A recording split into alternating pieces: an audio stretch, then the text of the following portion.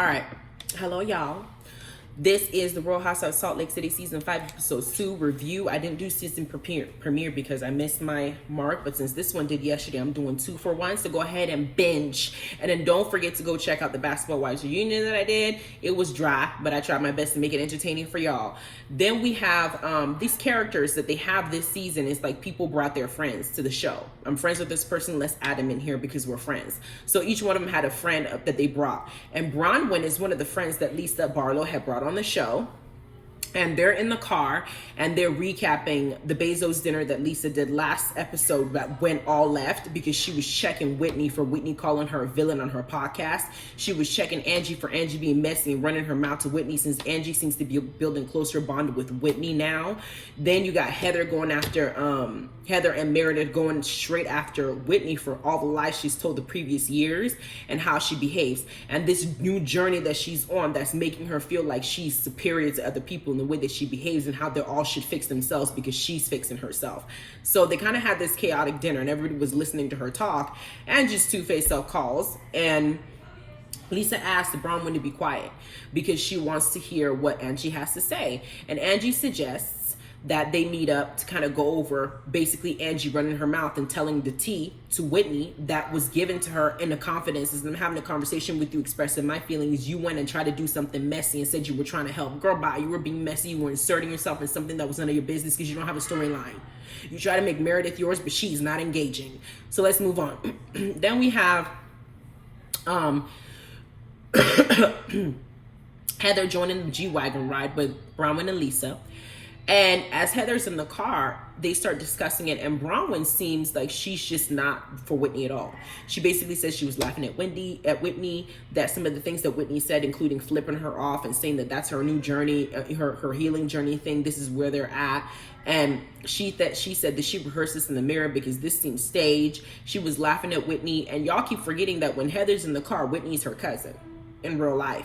So Heather may be able to say certain things to Whitney, but they're still related. So Bron, when you new to the show, you don't really know this girl and you have such a strong opinion, it does raise red flags, but Heather is clocking all of this and just keeping it in for now.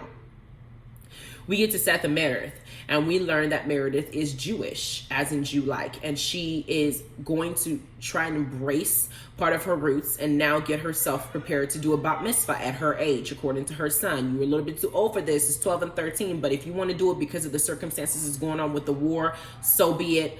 Kudos to you. Get to know yourself. Then we get to Angie and Lisa meeting up to solve everything, and nothing gets solved because Angie wants to drive home to Lisa that she feels like Lisa's a bully.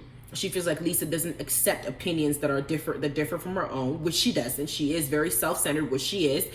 She can come off as somebody that's inconsiderate and somebody that's not inconsiderate, but somebody that's not compassionate or sincere in how she speaks to you. Like you're talking to her and she brings up herself because she wants to bring the conversation back to herself. She does that. But we're in season 5, child. We knew this about her from season 1. Why y'all making it seem like this part of her character is something new? This is something you've known for years. So I don't understand why they're trying to make it a big deal now when it's something we clocked from the very beginning. She ain't gonna change, and she says she's not gonna change. So while Angie's trying to now stand her ground because her husband pumped her up to let her know how she feels and how she feels like Lisa doesn't let her speak, and Lisa has this and the third, then Lisa's like, I'm not changing for anybody. I'm this age. I'm not changing. There's nothing wrong with me. I'm happy the way I am. You shouldn't have involved yourself in the situation. I own who I am. I'm not da-da-da-da-da. She gets up and she leaves, and Angie dry self has got no resolution, none whatsoever. Then we get to Heather and Whitney meeting up to discuss the Bezos dinner, and they start talking. And Whitney lets her know that she met up with Bronwyn, the girl that has so much crap to talk about her and in the car with Lisa and Heather. And Bronwyn has a whole 180 in her character when she's talking to Whitney. That to the point where Whitney's like, I really like her. I think that she's transparent. I think that she and I can get along. And Heather does what I did. Huh? Which face did you see, child? Because the face I saw wasn't the one you talking about. Now all of a sudden she did a complete 180 because the girl has such strong feelings about you in the car. Whether the feelings were right or wrong, she did not know you. Then when she met you in person, she may have watered down some of the things that she said in the vehicles to make sure that nobody else clocks the tea and pushes her against the wall and says, hey, you were talking ish. However, I'm watching what you're doing and you kind of look fake. It's just a bunch of fake stuff. The only person that seems to be honest about how she feels is Mary. Then we have Whitney saying that she's having a Milwaukee event because Trixie, she's having a little drag event again that like she had with Trixie in the last season, and that she wants to invite people in the group. However, she wants to have everybody get along first before they do it. Heather decides to throw her own shindig outside, let everybody come to her zip line excursion and see if they can move on from there. Whitney agrees. Now, Heather meets up with her Mormon friend, Brittany, who's all over the she's just all over the place. And she's not really the brightest in the bunch. Mary was right. She's kind of slow. So Bronwyn said the same thing. She just does not read the room. And she says certain things. And it makes sense why she's in a position to where Jared kind of plays on the fact that she's a little ditzy, right? They meet up to play tennis. And Jared, Brittany lets us know that her and Jared, like their exes, ended up dating each other. So they bonded in their collective anger and their exes finding love with each other. And then they end up finding it with each other. But they've broken up 16 times. Brittany also lets us know that within the Mormon community, there is a saying that Heather also corroborated and confirmed that you can get to heaven without your children, but you can't get to heaven if you don't have a man. So it seems like this entire religion, I'm not Mormon, so please correct me if I'm wrong if you're Mormon, but what I'm gathering from what these women said is that Mormonism surrounds itself on glorifying the husband and the woman kind of doing everything she can to please him in order to get closer to God and get closer to heaven. And that also means sacrificing what's in the best interest of your children to please the man. Excuse me? I don't know who wrote that, but it had to be a man who wrote that Bible. It wasn't somebody with some sense. Then she says that her children aren't talking to her. Zaire, stop yelling. Stop yelling. I'm doing a video. My fault. Now, so basically what we're basically getting out here is that this religion it seems set up just to make the men feel good. You know, like this ego of you have this woman and they're there to serve you. You're their pride and joy. You're the gift. And they should be happy they're in your life to the extent that they sacrifice their own children for your own happiness. Seriously? Then we have her basically letting us know that there is a lot of stuff that goes on, including the fact that she's not close with any of her children. They don't even talk to her. I want to know exactly what she did for her children decide not to talk to her. Then we have Bronwyn and Angie talking at Angie's hair salon. And Bronwyn does the same two-faced thing. She tells Angie everything that Whitney said about Lisa is true. It was like two different people. Okay, so basically with Bronwyn, when she's in front of Lisa, she's Lisa's cheerleader. When she's in front of Whitney, she's, oh, I'm cool. I want to like you. I'm everything. You're this and that. Then when she's in front of Angie, she says, nope, Whitney was right. Everything she said about Lisa being a villain and being self-centered and being self-absorbed, Lisa's exactly like that. Pick a struggle, because when you're in front of each person, Bronwyn, it seems like you are what the person wants you to be. Like you're one of those people that fakes it. I'm going to tell you whatever you want to hear, girl, so we can be cool. Even if I don't believe it, I'm just going to side with everybody whenever I'm in front of them. Clock that T. So they leave.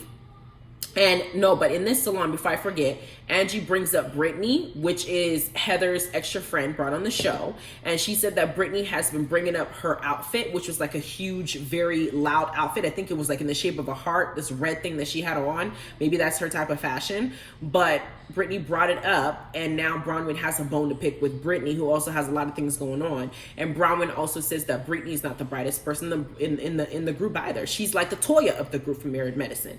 Then we have, not that Toya is not smart, because Toya is very smart. I'm just saying that's what they branded her as. Then we have Heather's zipline excursion event coming up, and with a food truck, complete with a food truck and churros and ice cream to support the Skyline experience. They all had fun. I'm afraid of heights. I won't do it with you. I'll just be in the corner cheerleading for you. Brittany gets up with her ditzy self not reading the room, decides that she's going to take this moment to now have them make a toast that Jared asked her to be asked her to be his girlfriend, when prior to that we thought that they were breaking up last episode. My point here, my issue here is not necessarily that she made the toast. My issue here is, why are you making the toast with them? The toast should be with you and Jared. This is not an information that they should know. It's not something that they should care about. Your personal relationship shouldn't be something that's discussed, unless you're trying to be the center of attention for something. Mary clocked it, and Mary's me. Why should we care? Because why should we care? You keep saying y'all broke up 16 times. Next episode, third episode, y'all be breaking up again. And moreover, she's talking about how he claimed her on social media, but they pull up the social media and they're in Costco and a shopping cart is right there, and he calls her his best friend. Brittany, You gave up the children's relationship for this. Mary asked her, why haven't you fixed your situation with your kids? Because Heather made this whole speech about, oh, she's going through a lot. She has a lot of family issues. She's going through issues with her boyfriend. Lisa now says, what's the issue with you and your kids? And she goes, I really don't want to talk about it. It's too much. It's really personal. Why are you letting us know your personal information, but then you don't want to complete the rest of the story when you're asked? It's almost like you're asking for the attention. When you're giving it, then you want to be like, oh, no, I don't want to speak any further. That's what we're seeing. So Mary's like, why aren't you checking in with your kids? And Mary lets us know in the confessional that the way that Brittany talks is triggering for her, because her mother also chose a man over her kids. And the 5 kids she had did not feel loved, did not feel fed, did not feel seen. And it triggers her because she will never treat her kid that way, because nobody wants to live like that. Hence the reason why her daughter's probably is not speaking to her. So why are you sitting up here gloating and toasting that a man is calling you his best friend on social media and girlfriend in front of your face, but you're not one of toasting to, hey, I fixed things with my kids? Girl, you are so backwards. And then you have Bronwyn now clock in, because now Bronwyn has a bone to pick with her. So Bronwyn says, I have not been in a situation with you where it's just not some kind of chaos. There's always some kind of chaos that comes in. Like everything with you seems so much and just seems all over the place and just seems disheveled. Like you don't really have any part of your life in order. And every time you speak, this is what I get, is chaotic AF. And she's not wrong, because Brittany seems just to have too much. I'm not even following. Then she said something about Brittany now making it clear and being real. Basically what she's trying to say about the way that she is, and that there's just too much going on with her. Heather takes this opportunity to say, well, Bronwyn, shoot, I don't know why you're saying that, because the impression I got from you is that you're also being fake. Whitney and her stupid self, Whitney holds grudges. I'm sorry, she does. Whitney will say she's over something, and she'll hold a grudge, and she'll find a way to get back at you later, because she now uses this opportunity. Because what Heather's saying is absolutely right. Bronwyn has several faces. I still haven't figured out which one is the real one. She has so many faces depending on who's in front of her, and she said a lot of stuff behind Whitney's back in a different tone. But she went and she tried to cover herself by downplaying it. Whitney wasn't there to witness the energy in the car and everything that she was saying, but Whitney's stupid self is sitting here talking about, Heather, no, everything she said, she already said to my face. I think you're misreading this. Whitney, you can't speak about a situation that you weren't present to observe yourself. That makes absolutely no sense. You can't talk about something you were not there to see yourself. This is from the eye of the person who was witnessed it, and you're gonna say that she's perceiving it wrong because the person who talked shit about you already downplayed it to your face to cover her ass, and you think that she's your friend, girl? You're slow too. Then Whitney and Brittany seem to be a lot to me. Whitney and Brittany need to go ahead and just be besties, because they're too much and they're slow. The way that they act are kind of low-key ditzy. But Whitney jumps in and says this, and then Lisa didn't necessarily defend Bronwyn's actions, because what Heather was saying about Bronwyn was correct, and Heather wanted to make it clear to Lisa that Bronwyn went over to meet with Whitney and had a whole different perception of what she thought about how you behaved when you weren't looking. So Lisa didn't defend Bronwyn, because Lisa clocked that. Lisa's like, so in front of me you were cool with me and had my side, but then you now went and had lunch with her, had a completely different side, and Heather's not calling you out in front of everybody, and you're trying to seem like you're like you're just this nice person, whatever.